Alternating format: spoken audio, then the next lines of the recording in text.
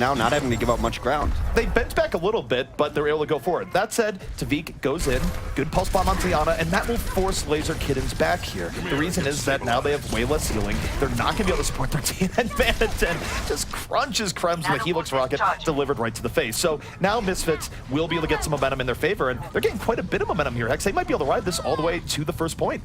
They were doing well, but those late kills are the really pivotal ones right there because they're able to get two. I almost got it out. I swear I almost had that word correct. I don't know what is broken. It's not resulting in kills early on. They could just feed ult charge and Misfits, which will power them up for the final attack. But LK, they are going to take that gamble. They are going to move in. And for now, it's somewhat even, but Misfits starting to punish a bit here, Hex, as the Dragon Blade comes out. I think the reason they came in here as opposed to the other time is they had the numbers up there and they had some ults to be able to work with, but the ults come out from the other side. Nevix brings it back with a blade, but I think Laser Kittenz wanted to come in and fight at least. Tavik has already secured the high ground up here too, and we see he does land the pulse bomb onto Gray, the stick right there. That is huge for them too. Nana's such a big part of this comp. Tavik just goes in, sets him up for a quick 65, and the carnage continues. There is no backbone on Misfits as they dive relentlessly in the LK. The early pickoff set the stage, and that is a full team wipe in favor of Misfits. Now very close to punching this one in with Bo3 over 3.5 minutes, Hex. That is an insane time here on Gibraltar.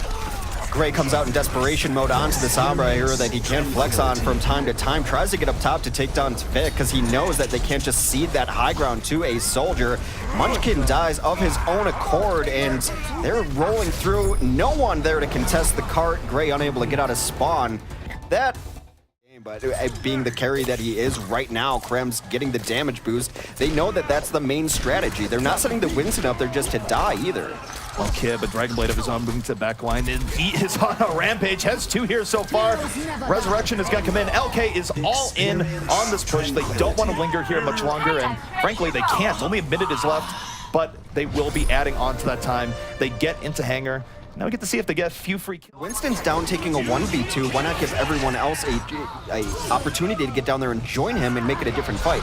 This, of course, one of the blades that came out earlier from Nevix's dueling blades decided that last fight. Well, Manitin might have gone a little bit too deep to the well. Krem's able to find his opposite number, sets up LK for the 65, a Resurrection in reserve, and with a minute left, Hex, this is LK's opportunity to extend out this map and keep the hope alive. The pulse bomb does connect, but it's still LK with a dominant numbers advantage as they approach second here, and they are piling on. The Resurrection gonna be bringing up the Fallen, and this should be a clean take of second, albeit highly delayed here for LK. A little bit late there, but again, you don't want to hold on to those. You see the volatile matchup. Well, LK right now is still going to be doing the mega time deficit either way. Here comes Nevix, Dragon Blade out, trying to seal this defense for Misfits, but not very successful. Takes a Helix Rocket in, and LK still a very good position here, but respawns are coming in, so this is not one here just yet. Misfits can still delay this out at least a little bit more. Tavik, first man up, in and around the payload, gets to rewind his health back. Misfits now starting to stream back in, and LK, they need to get a few more kills to push us in here because Misfits is quickly regrouping, and now with Lucio going down, LK now in dire straits. They do not have the respawn advantage here, and we are in overtime. They must push this through, Hex. Well, Mazasa's in here now with the help of his friends as they do rally around the cart. He's going to get a little cleave damage, but here comes Kiv trying to close it out. Kiv, one of the original sushi chefs, one who bore the name, moving through, dashing through Misfits left, right, and center. And has he done enough to pull this one back? LK will complete Gibraltar with no time left remaining. And here's the thing to remember, Hex, is that while that's a spirited completion there from LK, Misfits had a... Start that out on the right foot. Well, Line Pro's getting dangerously low, and that is as low as it gets, down to 0. This fight, I have to say, is very likely over. Very good engage coming up there from Reinforced. Caught Misfits off guard. The flanker of Misfits right there with them. And this is just a bloodbath. They don't get that payload very far at all. In fact, I think that's one of the shortest payload progressions. What you got? Let's see if you can get this a little bit further. As I intentionally go full Rick and Morty, but Misfits now looking for that to back, and it's a beautiful pulse bomb. Tavik opens the door. Nevix can just work out. He gets taken down early on, but it doesn't really matter. The damage has been done. Misfits piling on a huge number advantage here as Laser Kittenz loses the last few aspects of their defense, and Misfits will be able to roll this one directly in. There's a little bit of stall coming in, but this diva will be done. It was a hard ask. It was going to be very difficult to run a flawless defense there.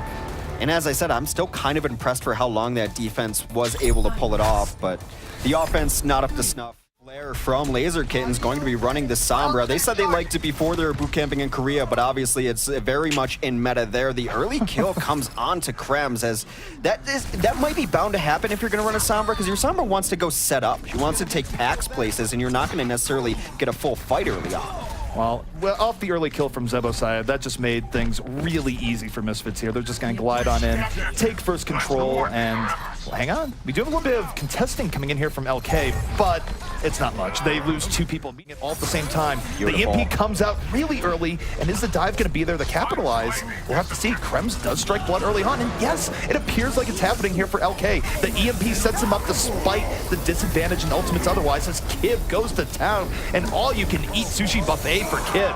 And that is going to lead the round one, going the way of LK. Well, that's always the power of EMP, just to slow them down, and you can't cast ultimates, you can't cast anything at that time. Sombras get even more effective at charging EMPs, something we don't see a whole lot of from the European region's EP. They're going to run a Pharah on this map. Well, Kib is taking the skies, and he has his work cut out for him. He loses his DPS partner in Krems early on, and alrighty, the dive from Misfits, very dominating, and doesn't really leave LK with a lot of room to work with here. Kib losing teammates before his eyes, going to have to back out, and again, Misfits with a very quick strike to get first control, in all likelihood.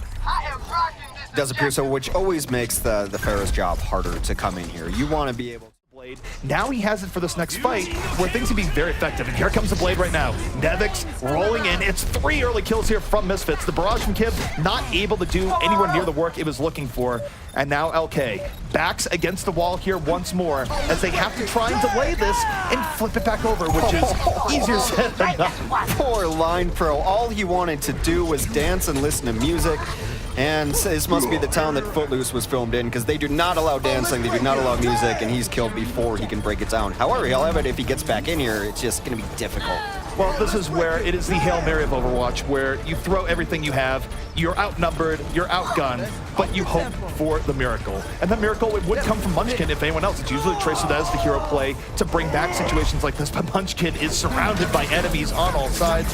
There's a little bit of support coming in here, but Misfits cleaning up player after player as they desperately come in. Mao is down, Munchkin is down, and that is going to be the round here for Misfits. The orb. You need the orb to be able to operate with the faith that you have to. Courtyard fight opens up, both teams dropping bubbles, and we'll see which team wants to rotate early onto the point here. The dive does come in, and they're able to take out Krems with it as Mineral joins his Winston. Misfits is just really good at these early dives. They've been catching Laser Kittenz off guard far more than the reverse. However, Kib says, you know what? Let's tilt the odds. Picks up 2 towards the end. Not sure if it's going to be enough, though. He's just lost so many teammates in the situation. And I got to say, the coordination that we're seeing between Reinforce and Nevix on this dive early on has been putting Misfits. He can shut this down as well. He's got his own Dragon Barrier up, but this is the last fight for the Night Market.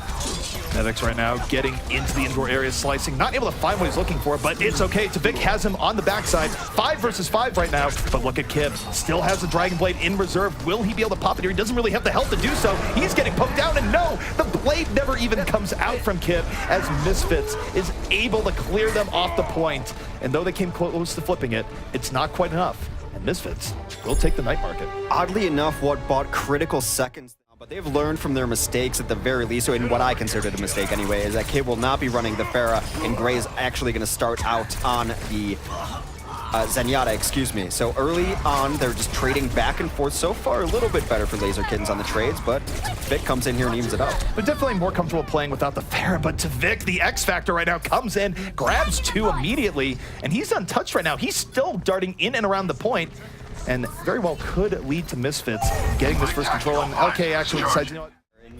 And it's been so back and forth. The stall out, the Diva now comes in, and this has been really difficult for Laser Kittenz to just complete a fight. I wonder if Laser Kittenz just got too greedy there and trying to finish that out. Krems didn't need to be near the ledge. They had multiple kills. They were near the point.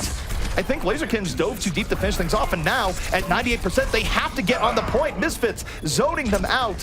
It is now do or die for the Kittenz. Here comes Kib. Last moment desperation Dragon Blade. Looking for anything. Kib not really in the best positions here, but does have reinforcements coming in. Misfits, though, on the verge of taking it all. They just need to flush Laser Kittenz off of this point. They come in with the Transcendence, but very little actually being killed right now.